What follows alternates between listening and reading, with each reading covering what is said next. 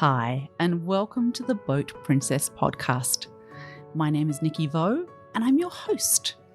I am a boat owner, a marinas owner, an international conference presenter, and a huge advocate for boating.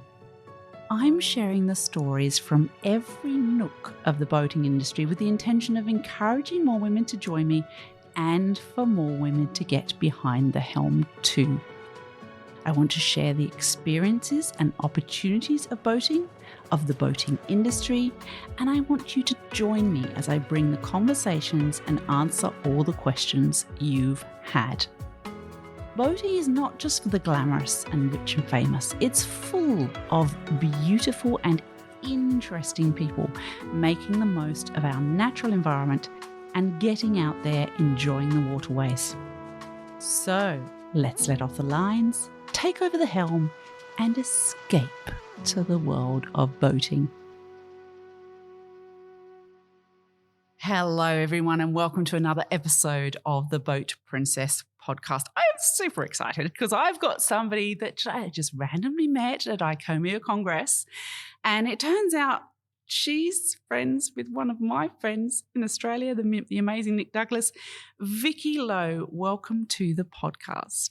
Hello, thank you very much for having me. And I like randomness. It's good. It's a great thing, isn't it? It's brilliant. So you have just spoken to the Icomia group, haven't you, about what you do. So you're a director of World Sailing Trust, but you have a real focus that you're zooming in on, aren't you, in that space? So tell me what you've just spoken to them about. So I have been here. I kind of feel a bit like I was going to say like a charade, but that's not the right word at all. But I kind of felt that it was a little bit maybe out of place. But I have been talking to them about the World Sailing Trust and the work that we're doing with something called the Carbon Fibre Circular Alliance and the Equipment Recycling Hub. And we've just had a 2-hour workshop on eco-responsibility and sustainability. And there were 2 other very good presenters there as well. So I came on third. It's never nice coming on third, is it? Because you sit there and go, oh no, they've said everything I wanted to say. Yeah. But it was really good. And I think the exciting thing about being able to talk about these initiatives within this space, with this group of people, is every single one of the presenters all said it's all about collaboration, it's all about working together, it's all about understanding what the wider industry and other industries are doing and learning. And we're not... I think one of the things that we have in our sport, and everybody recognises this, is that we all work in silos. Today's premise was very much, look, this isn't about working in silos. This is working as a big group because we've got a common problem around equipment, around recycling, around reuse, which are my 2 favourite words, reuse, repurpose, and which ultimately will lead to growing our sport at some stage. Absolutely. Yeah. Yeah, I don't know about you, but I think Icomia is an incredible situation. I mean, here we are in France, and there are literally people from all over the world, from the boating industry here, and they're all talking together. They're all collaborating. They're all saying, these are the problems we're going through. What problems are you going through? How can we help each other? If only the world worked like that, right? Yeah. But I think the key thing is also, I think one of the gentlemen in the audience said earlier that it's all very well us talking about it, but we are in huge danger of becoming a bit of an echo chamber. And is that the most important thing is what we do after this. And Ed Slack, who chaired the panel, sort of asked us all for a call to action. And then Joe Lynch, who's the CEO of Icomia, sort of said, right, if I could ask you one call to action. Well, I actually had a list, various ones. Which I will send him. I will send him because it would be wrong of me not to. Yeah. In terms of things that a global organization like Icomia, which has a lot of networking opportunities, and what we can do, as I say, together is far, far stronger. Yeah. As I say we say about everything, don't we? Yes, absolutely. It's all teamwork. If we take the sport, any water sport, but if we take the sport of sailing, it's all about, in the majority, it's about a team coming together. But actually outside of on the water, we're not terribly good at that teamwork element. Yeah. And all our problems are the same. So, yeah. should address them in that way. Absolutely. I'm very altruistic sometimes, and I kind of think everybody should chit chat and just crack on, but maybe it doesn't work like that. Yeah, no, it does. You're Get shit right. done. We actually have to, get things done. Yeah. And I believe that's the name of your agency that you do your business. Yeah, I'd like to say well. when you're get stuff done, but actually it means get shit done. Yeah, and actually Nick is just on the same thing, I think, as well. So there's a good circle there. Yeah, absolutely. Yeah.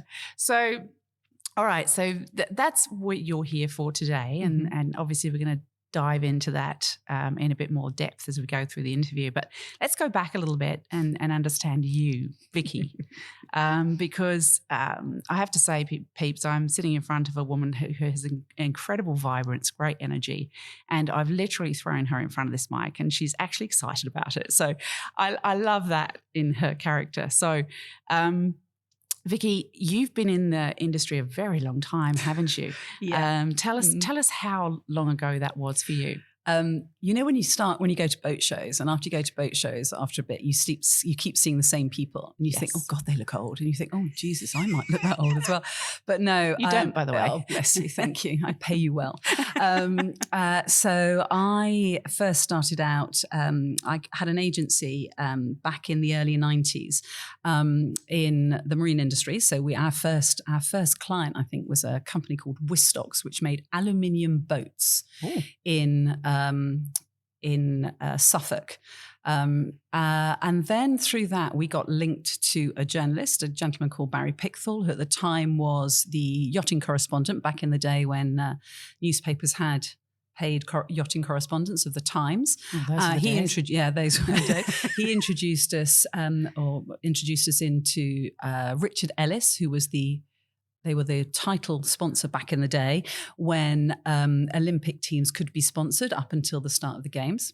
So I worked on the 92 Olympic Games in Barcelona. So that was my first sort of real foray. We also ran the comms around the British Steel Challenge, which was the first one of those. You pay your money and you go around the world on a boat, started by a gentleman called Sir Che Blythe. So since then, I've just been very fortunate, and I've kind of hopped and skipped from project to project. And I think I've now done 13 round the world races, not personally, but involved in the comms around them.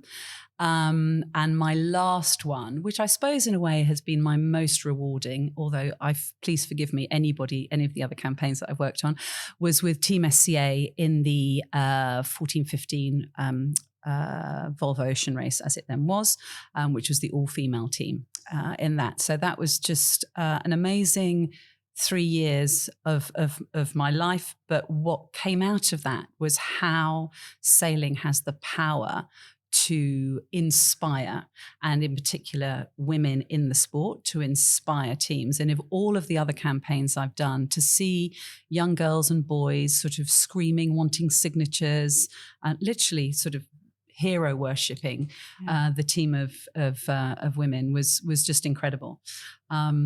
So that came to an end, that project, and we then immediately set up this organisation called the Magenta Project, which still goes to this day. Which we have done another podcast with. So I'm very fortunate to be a trustee of the Magenta Project, and the work that they're doing, particularly in mentoring, is absolutely superb. And I think Nick is a mentor as well. Nick is a mentor. Yeah. So that's really cool. But then my working life sort of, I think you get to a point where there are a lot of people out there that are younger than me, and media isn't what media has been. I mean, my very first race, embarrassingly, you had to type out a press release and you'd send it off. So my very first race was with Heineken. It was the Heineken Trophy. I was working for Heineken in the Whitbread race in 92, 93. And then I sort of morphed on to working with the all-female team. Which was then sponsored by Heineken. And to write a press release, we'd type it up in this container, which we were working in, and then you'd send it by fax to BT, and they had a pre-done list of numbers, and it would appear on a teletext monitor and stuff, and that was it, or a telex monitor. So the world has changed, not only in the way we produce media, but also in the way it's it's consumed. And I think, I'm a mother of 3. I've got 3, not young, they're teenagers now. My youngest is 19, my eldest is 23. And just seeing the way they consume and work with media is on a different planet to me. Completely different, isn't it? And it's constant too. Yeah. Yeah. I have a really funny thing which I actually saw it online once, say to the kids, they take the mickey out of me not being able to do something basic on my phone. I just turn around to them and say, remember, I taught you how to eat with a spoon. So never take the mickey. So that was something I picked up the other day on some feed, which I thought was really funny. But then I was very fortunate in 2019, Andrew Pindar approached me and he put some money behind putting together a strategic review of women in sailing. And I sort of came out of a World Sailing Conference. There was this anecdotal thing about, there aren't enough women in the sport, but we didn't have any data. So I authored the strategic review over the course of that year, which we published in December 2019. And it pointed out what kind of everybody knew, but to make change, you need to have a reference point and you need to have data and you need to be able to substantiate it. We had 9 recommendations that came out of that. And I have to say credit to World Sailing and work of people like Magenta Project. A lot of those have now been activated. They've just started now coaching and race officials courses for women, which is just fabulous. So slowly but surely, we're seeing a change. So I suppose one of the things that comes with age, you can just be a little bit more angry, maybe. Yeah. And have hopefully a bit more credible if you are angry. Yeah. And that's what sort of kind of brought me into World Sailing Trust, which I do part of the time, and then I have a couple of other small clients off the back of that. Okay, so what does World Sailing Trust actually do for the listeners to understand? So World Sailing Trust is the official charity affiliated to World Sailing, which is the governing body of the sport. And World Sailing's, I think it's 142 member national authorities. So a bit like ICOMIA with the marine industry. And they have, you have your British Marine and you have Fin in France, etc. It's exactly the same, but this is more this is the sporting element. So they run the governance of what is the sport. And in particular, obviously, the Olympic Games and the 4-year Olympic cycle and all the sort of big global world championships. They also act as, they have a number of special events that fall within their jurisdiction, if you like, including, I think America's Cup is now a special event, various events in Foiling Week, etc. So involved in America's Cup as well? I'm personally not involved in it. Yeah, but World Sailing is. But World Sailing very is much. in some way, shape or form. So, so World Sailing Trust is their charity, and one of my trustees turned around a while ago and said, maybe we're like the conscious disruptors. And then somebody else told me they didn't like that phrase, but in terms of to make change, we need information. So we essentially work in 2 areas, people and planet. And the people area is 100% really based around research. So we obviously have the strategic review. We've done a participation study on participation in the sport. I'm just about to publish a census report that we did on the member national authorities, just to understand the demographics. Is it pale, male and stale? If it is, right, what are the things that we need to do and where do we need to put people in? So you don't want your director or all the directors of sailing men of a certain age and a certain ethnicity, because to be relevant, increasingly, my personal opinion, to be relevant in this world, we have to be able to be seen when you walk out of here, for example. And one questions whether that is the case. It was interesting looking at the room earlier on. In that regard. But so we did that. I'm currently looking, which I'm actually quite excited about. We did a gender design review. One of the things that came out of the strategic review was the lack of suitable equipment for women. Yes. And it's not beyond the wit of anyone to know male and female forms are completely different, primarily in clothing. Yeah, I know, right? I know, yeah. You walk into a clothing store. I'm really excited. I've got a sponsor, Quality Marine Clothing in Australia, and I was so excited. He said, "Good news, this brand is actually doing female shorts and female pants." Yeah. I mean, it's 2024. I know. We go in and out. I don't think nobody's really realised that we do go in and out quite a bit. We're not all wafer thin and tall and lanky. But Slam are finally making some. So we started doing. We did a sort of an initial over just under 3,000 respondents, and the biggest issue by a country mile was clothing. Yeah, but the most troubling issue was safety. Yes. And 76% of women who responded did not feel safe in their life jackets. Now, if you're trying to grow a sport and you're trying to get young women to stay in the sport, you've got to feel safe, right? Yeah. That was because they just don't fit. Right. So if you're well endowed in the top half, you need to size up. You put your arms up, it's going to fall off. Gotcha. And there are some manufacturers that are looking at that. Or you breathe out too heavily and the flinking thing goes off, Yeah. So there are definitely, but equally issues for smaller, tinier women as well. I mean, I'm not small by any stretch of the imagination, but I don't think I've ever, in all of my years in this industry, ever had a piece of clothing that fits me. No. Properly. Yeah. In that, your shorts are male shorts, which don't go in at the waist. Anyway, we don't need to go into the clothing side because it dilutes a little bit the conversation, I think. It's more around safety. And we've just started doing some really interesting work. And we're really hoping to launch this in a couple of months with motorsport and the equestrian industry. So equestrianism. So the 3 gender equal sports all have similar issues with equipment design.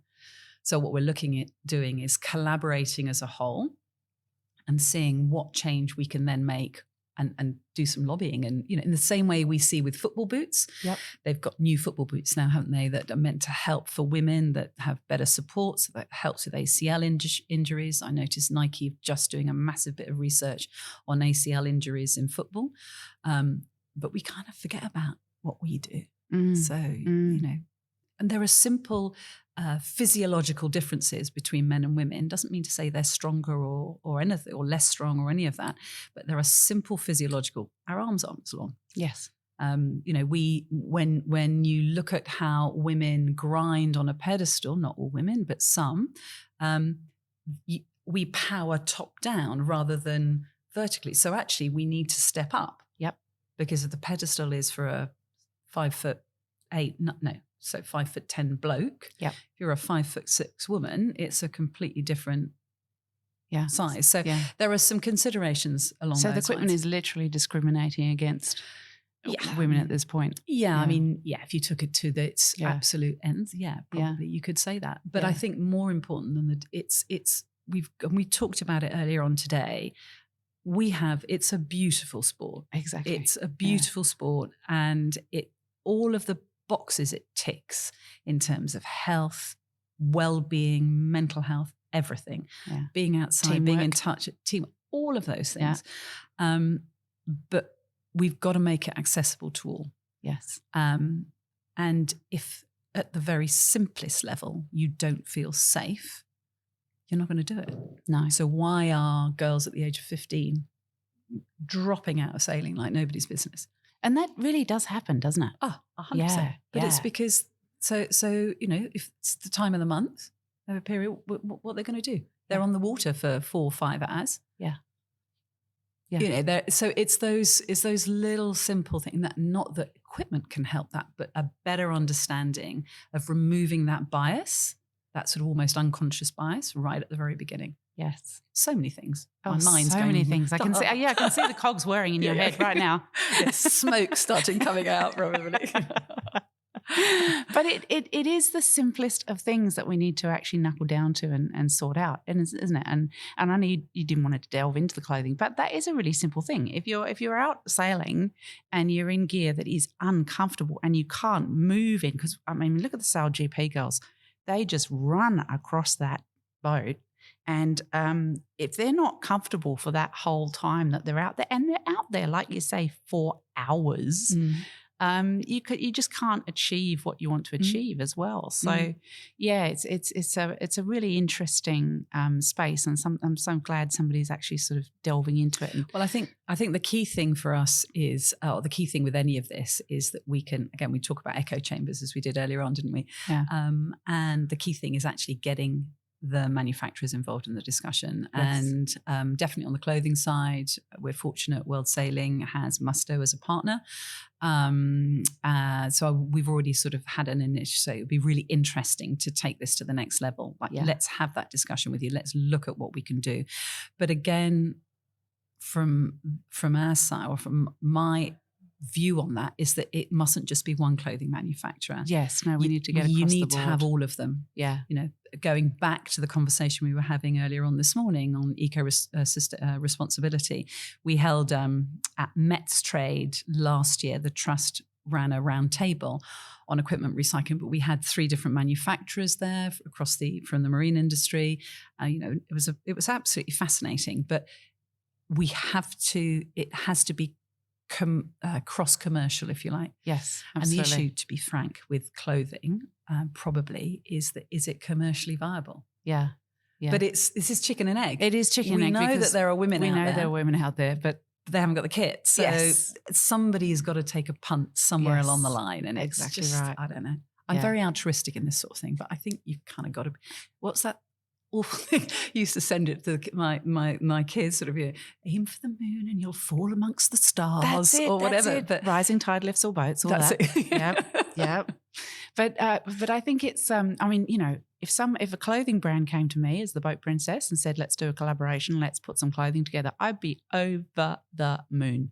Because even in the motor yacht space, there's not a particular space we can go to for some really nice clothing to wear when you're out on a boat. You know, everybody has to go through the boutiques and find. Unfortunately, they always pick blue and white stripes. I don't get that, but you know, it's a real space that is lacking, obviously in the technical space for sailing, but right across the board. The number of times I've gone out on a super yacht, for example, and one of the ladies has turned up in a completely inappropriate outfit, because it doesn't matter how slow or how big a boat is, there's always a breeze. Yeah. So if you're in a short frilly dress, it's not going to be good. It's not going to work. No, so, unless that's the look you're trying to achieve. Yeah. So there's a big education piece that I try to obviously lean into every now and then, but I'd love to lean it into it more. So if there is a clothing brand out there that wants to collaborate with me and do this, let's talk. So, okay, you've got this space that you're talking about with recycling, and Met's Trade is a brilliant space to bring that sort of talk together, isn't it? Because it's such a great B2B situation, Met's Trade. For those of you that don't know, Met's Trade occurs in November time in Amsterdam at the Rye. The organising committee are absolutely fantastic. Niels and his team do a great job with that show. So tell me, let's focus in on that space. What are you doing in that space in particular? Well, interesting you should ask that. Ooh. Because I'm actually going to meet Patricia just after this. So I'm going to put this on camera, and I'm not on camera, on voice. So last year we did, as I mentioned before, this round table, which was really cool. We also had a stand, an equipment recycling hub stand, where we took the material that we'd collected at a World Championship event in Scheveningen. My Dutch That's accent. great. Well done. Would you like that? Scheveningen. I've probably said it wrong. And we took material we collected from the boat park. So we asked all competitors, we had an equipment recycling hub there, and we asked competitors that if they had any end of life or sort of trash, if you like, based around ropes, sails, clothing, composites and blocks and bits, to put them in these particular bins. And then we took the whole lot to Met's Trade, just sort of scattered them. In fact, the Met's Trade team did a fantastic job doing the stand. But the important thing for that was we then had this discussion with, there were 9 in the workshop, and we went on for about 3.5 hours. I thought I'd never keep them in the room that long. Yeah. But Rye was very good at producing this fantastic banana cake, which basically kept them going. And it was just brilliant. And we came out of that with sort of 9 considerations and 6 sort of recommendations, which again is all based around, what kind of the sort of thing we've been talking about, really. Better collaboration, better communication, pilots, sharing of intelligence, sharing of information. Let's be more collaborative overall in the approach. And because only by doing that are we actually going to make change, because otherwise it becomes silos. I was talking earlier on, we've got a fantastic sport, but it's a bit cottage industry, really. Yes. And the especially on the I mean, it's probably you've got the people who are the massive, great big organizations, and then you've got loads of smaller organizations who are doing some amazing things, but you only kind of know about it in that particular country. So France, we heard earlier on from Guillaume Arnaud from Finn. I mean, France is doing some amazing work, but they are so much more ahead of the UK and probably most other countries in terms of their legislation and the governance, the legislation that means they have to do it. Yeah. So I think there's some really interesting things that can come out. So I'm excited about this Mets trade, and still defining exactly what that will look like, but definitely focusing on equipment recycling.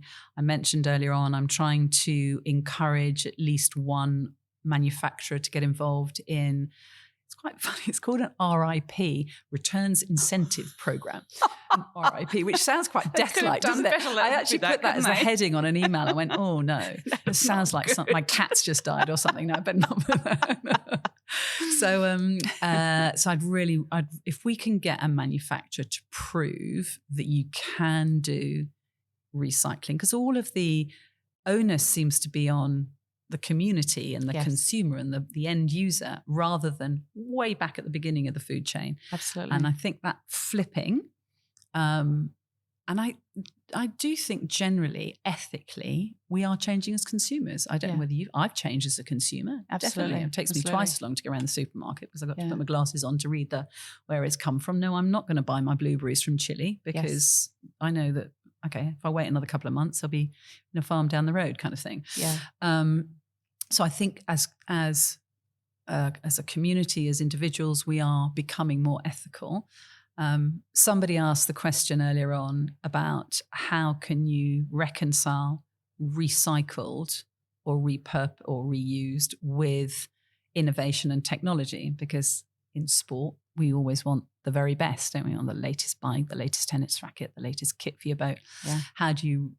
And my answer to that was, just because it's recycled doesn't mean it's not innovative or using new technology. There's some amazing work being done by people within our industry, with sort of bio, whatever it is, and natural fibers. Just some incredible work being done. And I suppose it's a bit like overall in recycling, as you kind of, somebody says recycle, you kind of think some dodgy knitted jumper and actually, this mustn't say that about geography teachers, but you know what I mean, sort of a corduroy jacket and all looking a little bit Tweed sort of with hairy patch on and the elbows. Yeah. But actually, it's not. It's really cool. There's some amazing stuff happening. Yeah. Really well, is. I've met with a fabulous lady, Hannah, a few weeks ago. She makes bags out of. She's a trimmer on boats, and she's heavily involved with her local sailing community as well. So she uses secondhand sails from boats and all the leftovers from her trimming. So the canvases she's used on covers, the cushion fabric she's used on seats, so on and so forth. She literally keeps all the little scraps, and she makes these incredible bags, which are obviously very nautical orientated. People have probably seen them on my Instagram posts because they're fabulous things. And it's a brilliant idea because they're it's a sail. And she literally puts even the details of the boat that the sail has come from inside the bag, so that people know that it has genuinely come from a boat that's already used it. Just little things like that. If we can get big versions of that happening, she's Sydney Sailbags, by the way, if I didn't say, but and I know Princess Yachts do some really good innovative stuff with their recycling of and I think they put the when they do the cut up off of the timber, they use that in a what do you call it when they burn it to make their energy? The incinerator. Yeah, so they put it in the incinerator to make energy for their factory. So I think there's actually quite a bit going on in the industry, but we're not necessarily hearing about all of it as well. And I think that's something else that we need to really encourage boat builders especially to really start talking about what you're doing. Yeah. Because then that makes a difference between somebody buying your boat versus somebody else's boat, because you're actually making an effort to make a change. Yeah. And also it's what other people can learn from that. And, that somebody's, it all becomes a bit commercial, doesn't it? That's kind of part of the problem. The work that we've done with the Carbon Fibre Circular Alliance, where we have 4 international federations, so the federations of sailing, world sailing, obviously, tennis, cycling, and the biathlon union, and then we have 4 manufacturers aligned to each of those sports. But what's really interesting, if you look, for example, at the cycling industry is incredibly collaborative across their commercial organizations. So, there are, I don't know how many bike manufacturers, not a huge number, but there are a considerable number of bike manufacturers. But yet their sustainability leads all collaborate, or at least talk to each other. So it doesn't become, I'm being really clever and I'm doing this, I'm going to keep it really secret, I'm not going to tell you about it, but I'm going to tell the wider audience, the public, if you like, because it's my commercial, what do you call it? The thing that's going to make me win commercially, as it were. Yes. Yeah. And again, that is being altruistic, and that's probably why I haven't made my millions. But that I just think we need to talk more about what we're doing and have organisations like ICOMIA, like World Sailing, like all of the big governing bodies or the governing federations to sort of bring all of that together in one discussion, rather than all of these silos. Yes. That just, we're not going to get anywhere fast. We've got there's some amazing ideas, but the problem is they need money. Yes. And some of this stuff isn't going to attract money. Yeah. So it's, how do you make somebody want to attract money? Well, I think it's going to be a necessity. It's legislation is going to make people do certain things as well. But I think as consumers, we're going to start saying, where does this come from? Why? Yeah. How far has it been transported? So on and so forth. So that we can in ourselves make a difference. And once the consumer starts to drive that, that's when the manufacturers, the companies, the services have to respond to that. Yeah. So it's kind of up to us as consumers to start asking those questions and start saying, well, I'm not sure about that. Why have you made it like that rather than making it like that? And us as consumers making a different decision, maybe not buying the new boat, buying a second-hand boat and then going to CTAG and saying, refurb it for me. Yeah. So you do it with cars. Exactly. We do it with cars. Yeah. So there's different ways that we can do it and different ways we can drive that in ourselves as well, which is an important thing too. And I think the other, it's kind of not associated, in fact, it's not at all associated, but in terms of silos and how we need to collaborate better, obviously a lot of the work that I've been doing, and I have to say I really enjoyed outside of this stuff that we've been talking about today, is around sort of greater gender inclusion. It's not just gender, it's across the board. So greater inclusion in the sport. And I just wanted to touch on, and you can stop this if you think, but I just wanted to touch on safeguarding, because that's another passionate thing of mine at the moment, in that if you are going to have an inclusive sport, you need to have a safe sport. Yes. And having a safe sport in what is a very male sport is a bit tricky, has been, and as a slightly older person in the marine industry, I'm probably complicit in it, because you kind of knock aside stuff. Yes. But I think safeguarding is a huge important step that we need to do as a community, to make sure that those young girls, that not only does their life jacket not fit them, or they're not wearing the clothing, or it's time of the month and there's nowhere they can go, there's not even a loo that they can, with a lockable stall door and a bin that they can go and use, that also it's a safe place, is a safe sport for them to take part in. And we mustn't lose sight of that as well, because it's that, going back to the sort of the bit that's commercial, that's not commercial, but that is just good human decency, is what we would expect in every walk of our life, and it doesn't change as soon as you walk in through the door of your yacht club or you go to your event, and that's something that personally I'm kind of a bit on a mission to do that, or to try and do what I can in that space anyway. So give us a couple of things that people can do in their spaces to assist with that? Okay, so I think if you go onto World Sailing Trust, www.worldsailingtrust.org, there's a resources section, and in there is I think it's quite a useful thing, keeping the bias out the start line. Yeah. Which is meant to be as a guide to events and yacht clubs to just simple things, at which, when you actually look at it on the face of it, are really simple. Please don't put the women's loo right at the end of the car park because there aren't any facilities. Please, can we have more than one stall? A mirror, not because we're vain, but because we're women. A bin. And it's simple little things like that make the sport more, or help make the event, the venue, more inclusive. Yeah.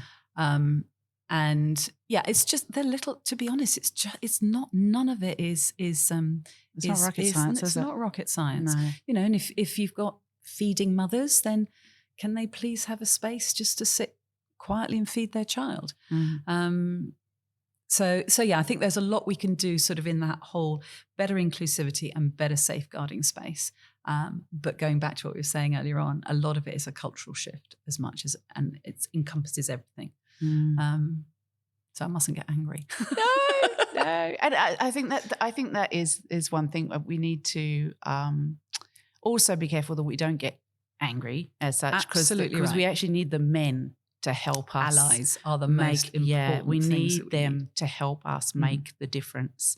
So we don't want to reject them, and we recognise what they've done in the past, but we need their help to back us to change things, to because that, you know, without them, you know, we need them. Yeah, there are some incredible advocates, male advocates, and allies in women's sport generally. You know, I mean, you can reel them off from Andy Murray at the top, who has to be the best supporter.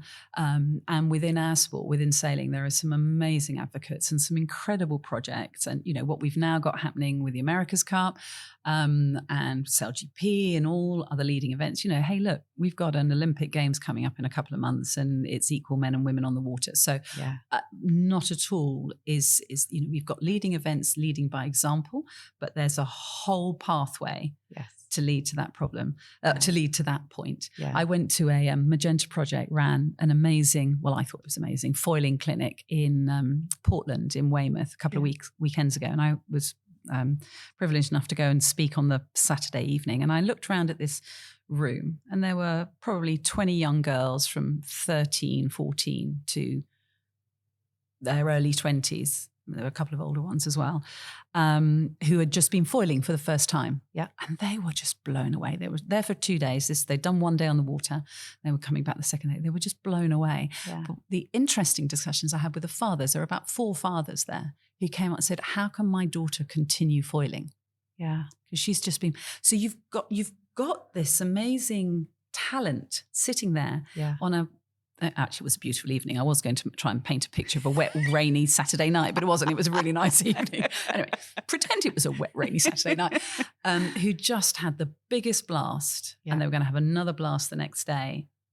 But the only way they could get into it, what were the steps they could do? So try and find a secondhand boat. There aren't that many, or try and find 15 odd grand and get they were doing it in Wasps.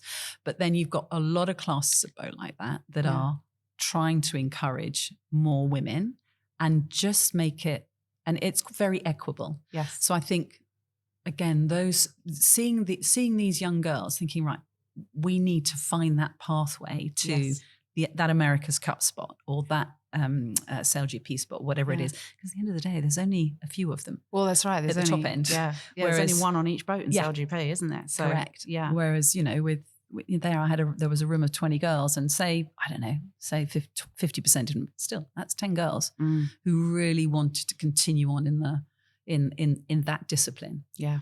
And I think also we need to really showcase the women that are there. Because Nina Curtis, perfect example. Yeah. Incredible sailor, doing SailGP, got the babe, you know, not long ago. Actually just turned 1. Oh. Isn't that gorgeous? But she is a perfect example, showing women that, you know, it can be done. But, you know, part of that is her partner supporting her in what she's doing. So he's contributing to that as well. And we almost need to tell that story too. 100%. So it's I think it's really important that we showcase as many women as we possibly can, which is why we do this podcast. It's why we're trying to show that women are out there, women are doing their thing, and it's a fantastic place to be. Oh, definitely, 100%. And I think having worked when my kids were little, all the time in sailing, I think, you're absolutely right. I'm not a massive advocate of you can have it all, because I don't think you can. Yeah. Something's always it's always. You can have it all, but in it's stages, give and take. can't you? Exactly. It gets messy at this bit, and then it gets evened out at that bit. But I tell you what, you become a bloody good, multitasker. Absolutely. Very good multitasker. And as you say, there are some amazing women. Got Lisa Ross from Canada, she's just been at the Last Chance Regatta as a coach. She's got a young baby. You've got Clarice Kremer, who's just done her transatlantic. Lisa got Blair. a young Lisa. Exactly. There are just, Mary Bowmaster, who's an amazing Olympian. So you've got some amazing examples. And there are older mothers, Carolyn Brower, for goodness sake. Yeah. She's, and Sam Davies, and all of these other amazing women who are incredible athletes. Yeah. And mothers, and have gone through everything. And, going back to my room in that grey, miserable day, which wasn't at all in Portland, you're looking at those. And one of the questions one of the girls had was, there's one of the women there who was speaking was Josie Glidden. And she asked, well, how can you have a full-time career and do this? Yes. And Josie was fairly brutal with her answer, but it's not what you shouldn't expect. Yeah. I think I might have gone a bit off tangent there. But anyway, it's not what you shouldn't expect, if you see what I mean. Yeah. So, interesting times, right? Oh, such interesting times. Interesting times. Yeah, and great to be part of that change, isn't it? Yeah. Yeah, I think so. Yeah. So, Vicky, how can people find you? How can people get in touch with you? Well, through either the sunny old LinkedIn, which seems to be the new calling card. I've been asked for my card twice today, and I don't have any anymore. In fact, I got a phone call an email about a month ago from somebody I gave a business card to in 1991, and she still had it. That's amazing. Well, it's amazing. I'm still alive, I suppose. Is the other way. But through worldsailingtrust.org, there's a generic email address, or just connect with me direct on LinkedIn. And really happy to. And I think with this conversation, generally around all of the various, we've actually covered quite a lot, haven't we? We have. It's amazing how much you get done in 41 minutes on a podcast. How long it's been? Yeah. Oh my God. Isn't it exciting? Yeah. Sorry if I rambled. No, you didn't at all. But that's why it's been so interesting. It's been lovely. But I think there are so many different areas that so many different people are working in. But actually, if we all know what other people are doing, we can work better together. And until we work, it's teamwork. Sailing's all about teamwork. Rising tide lifts all boats. There you are. So on that a bombshell, as they would say in Top Gear, we'll leave you with that a great deal to think about. So to all of the clothing companies out there, to all of the safety gear companies out there, to all of the sailors out there, stick with it, girls, the young girls especially, get that support and keep going, because it is an incredible sport. It's an incredible way to live your life and travel, and you would have seen that in your life, Vicky. And I think we're going to have to do another interview another day so we can explore that even further. Maybe no, I won't tell tales out of school. I think that's what stays on sailing tour stays. Exactly. What goes on sailing tour stays on sailing tour. Correct. I get it. Okay. This has been amazing. Thank you so much for joining us. Thank you very much for inviting me. I like last minute surprises. It's a pleasure. So thanks everyone for joining us. I hope you enjoyed that episode. I certainly did. And I'm going to nail up for a second podcast at some point, because that was very enjoyable. You guys take care, and we will see you on the water soon. Exciting stuff is happening at the Boat Princess podcast, everyone.